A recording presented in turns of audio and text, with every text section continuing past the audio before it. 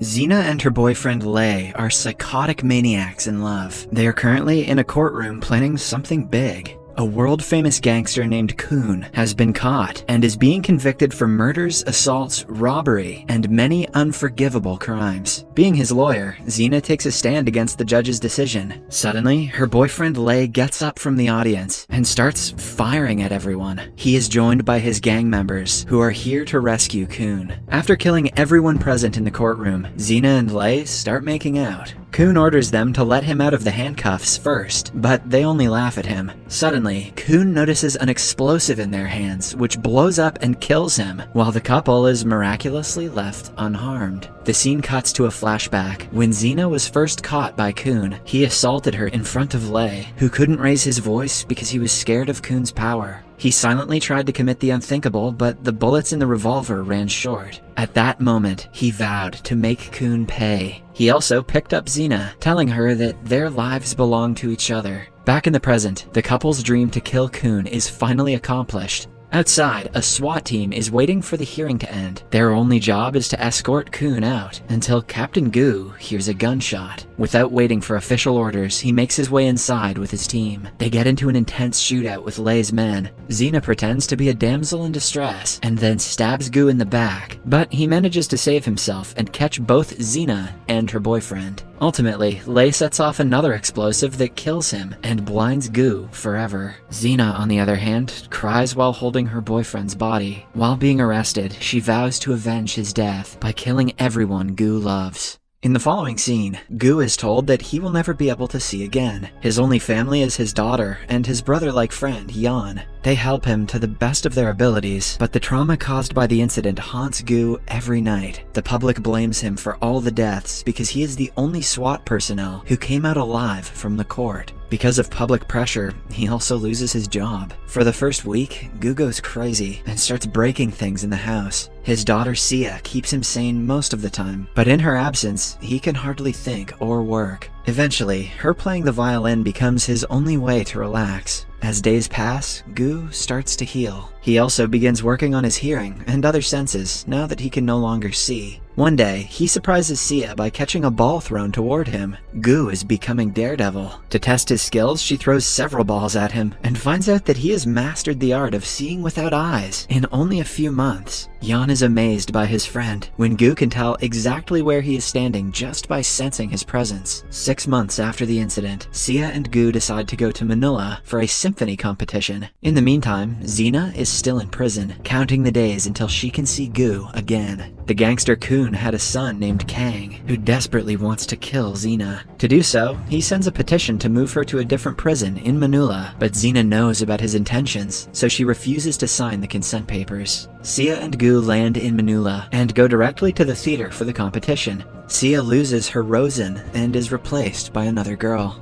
When she is alone backstage, a group of men forcefully drag her to their car. Gu senses that his daughter is not among the performers and gives her a call. She picks up, but Gu only hears the sound of her screams. He runs to the parking lot, but is seconds too late to catch the vehicle. After that, he quickly makes a call to the police. A few hours later, Gu is told that Sia's deformed dead body has been found near a river. She was attacked with acid and left to die. To identify the body, Gu touches her hand and discovers that it is not his daughter. Sia has been playing violin for over 10 years, and her fingers have thick calluses on them. This body doesn't have anything of such sort, which proves that she is still alive. Gu explains everything to the police officer, but the man refuses to believe him. He says the ID card found in her pocket is enough evidence, and no further actions will be taken. In a fit of rage, Gu attacks the officer, and the incident is broadcasted live on TV. Meanwhile, in prison, Xena sees the news and is delighted to see Gu suffering. After discovering that he's in Manila, she signs the consent form to be transferred to a prison there. In the next scene, she is masked, chained, and surrounded by many guards while on the way to the new prison.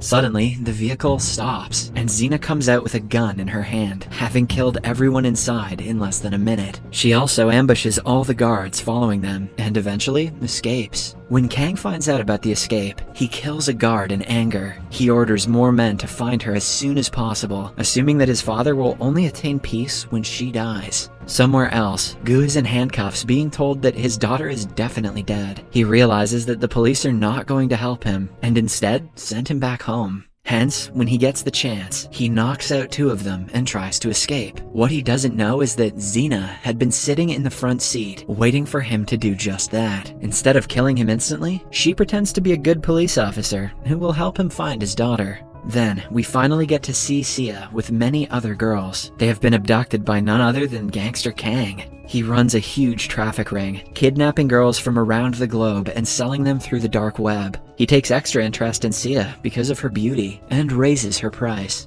Ah, what a compliment. Simultaneously, since Xena knows everything about Kang's traffic ring, she tells Gu exactly how they can find his daughter. The police won't help them because they have been bribed to keep their mouths shut when it comes to Kang's business. Even though Xena wants to kill Sia in the end, she is willing to be on Gu's side until then. They decide to use Xena as bait and get into the place where trafficked girls are kept. With her help, Gu finds the number of a local dealer who accepts the girl and sends them to an old woman. She is the mediator in charge of checking if the girls are good enough for their clients. She approves of Xena, but senses that Gu is not there with good intentions. After sending Xena inside, the woman points a gun at Gu, but he uses his intuition to knock her out before she shoots. Then he follows Xena behind, but both of them are caught right after. By now, the live stream on the dark web has started. Many clients are watching the girls perform one after another, bidding money for their lives. When it is Sia's turn, she plays the violin beautifully. Kang turns the live stream off, wanting the girl all for himself, but when he tries to touch her, she attacks him. Kang promises to teach her a lesson tomorrow and increases her price by 6 million yuan.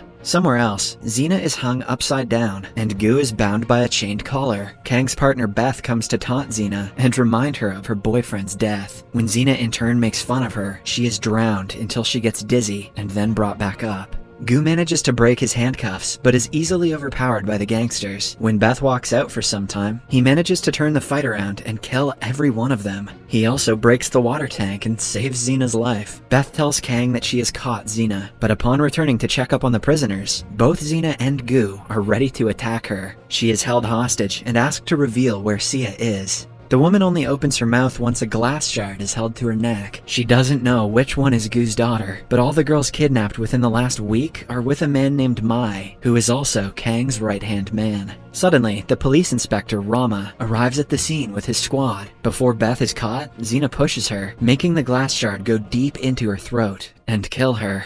Then, the two run away to a house that Xena claims belongs to her. In reality, it belongs to one of the police officers she killed when she escaped prison. Gu still doesn't suspect her, and continues cleaning his injuries. Somewhere else, Kang is told about Beth's death, so he sends his right-hand man, Mai, to kill the escapees. A while later, Rama knocks on the apartment door, alongside Mai and his people. Gu gets a hint of this, channels his inner Macaulay Culkin, and sets up several traps in the house. When they break in, the gas cylinder blows up, killing half of the gangsters. Mai attacks Gu, while Xena fights the rest of the insignificant enemies. Gu is about to be killed, until he jumps out the window using the rope he set earlier. He meets Mai again in the hallway, and captures him using the same rope, which is now tied to an elevator. Upon being tortured, Mai brings them to the storage unit where the stolen girls are kept. They set many girls free, but Sia is not one of them. This means that she has either already been sold, or she is at Kang's place waiting to be sold the next day.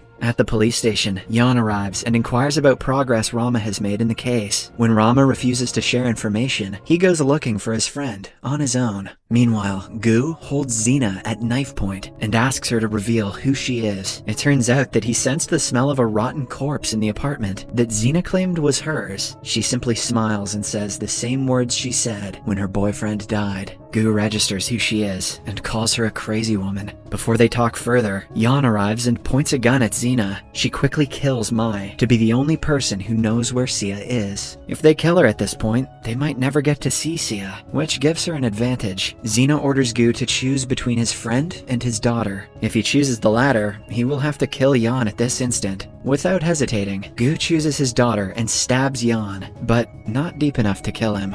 After that, the partners sit down inside a car and talk about their pasts. Xena reveals that she was sold to a gang by her father, who she killed years later. Ever since her birth, her only family had been her late boyfriend, which is why she wants to kill Gu in front of his daughter and turn her into a person just like her. Gu acknowledges that it is an ultimate punishment, but he needs her help to get to his daughter in the first place. After that, they go to a local black market gun seller. He was a middleman who sold Xena to the gangsters. Hence, she kills him before stealing the entire bus of arms and ammunition. One thing Gu doesn't forget to get is the man's bouncy balls. In the following scene, Sia is brought outside for the next dark web livestream. Kang gives her the option to either stay with him or be sold to a stranger, but as a reply, Sia says that her father is coming to get her. Right then, the vehicle breaks into the main entrance, and Xena starts firing randomly at everyone. Since she is protected by the vehicle, none of the bullets fired at them get her. Amidst the chaos, Gu is able to throw a bouncy ball at Sia to tell her he is here. She safely keeps the ball with her, waiting for him to take her home. The guards are foolishly sent outside to fight the two when they have already entered the house. They turn the lights off and proceed to kill all the guards, one after another.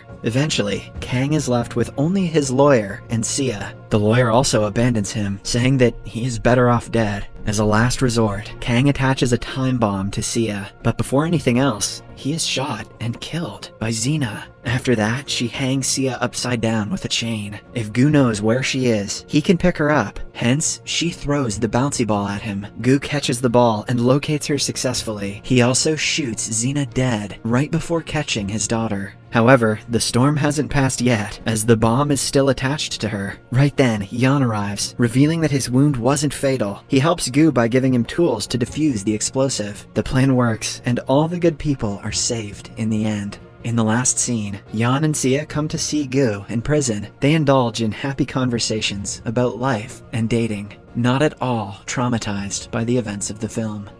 Subscribe for more videos like this, turn on notifications, and leave a like to help the channel out. Thank you for watching.